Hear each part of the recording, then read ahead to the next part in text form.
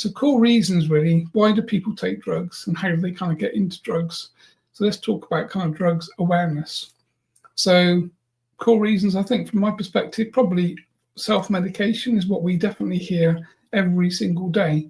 Just about every single report we do, or certainly a huge percentage, will talk about someone's experience, generally traumas, things they've been through in their life, things they've been through in their human experience again, and difficult things sometimes to deal with, difficult experiences.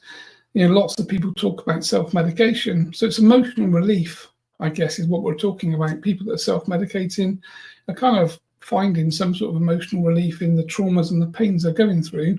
And we all know that we can turn to substance and drugs to kind of get relief really from that. So it could be alcohol. Hi to Pink and Martha. So it could be alcohol. Yep, you're right. Also, of course, it could be any other type of drugs. And of course, we need to kind of throw into the mix, I think. We've got recreational drugs, which we know about, cocaine, weed, those sorts of things. But we also tend not to think about pharmaceutical drugs. And of course, pharmaceutical drugs are still drugs. They still change the chemistry. They still change the biology, really, of our bodies. So when we're taking pharmaceutical things, they're still changing our brain, our mind, our emotions. So they have the same effect as recreational drugs, even though they're obviously monitored and tested in different ways.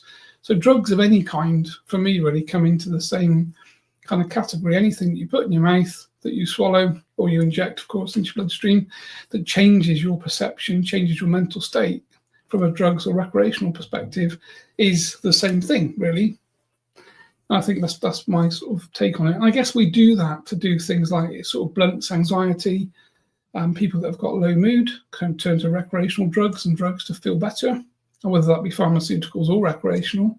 And then people generally masking trauma, I guess.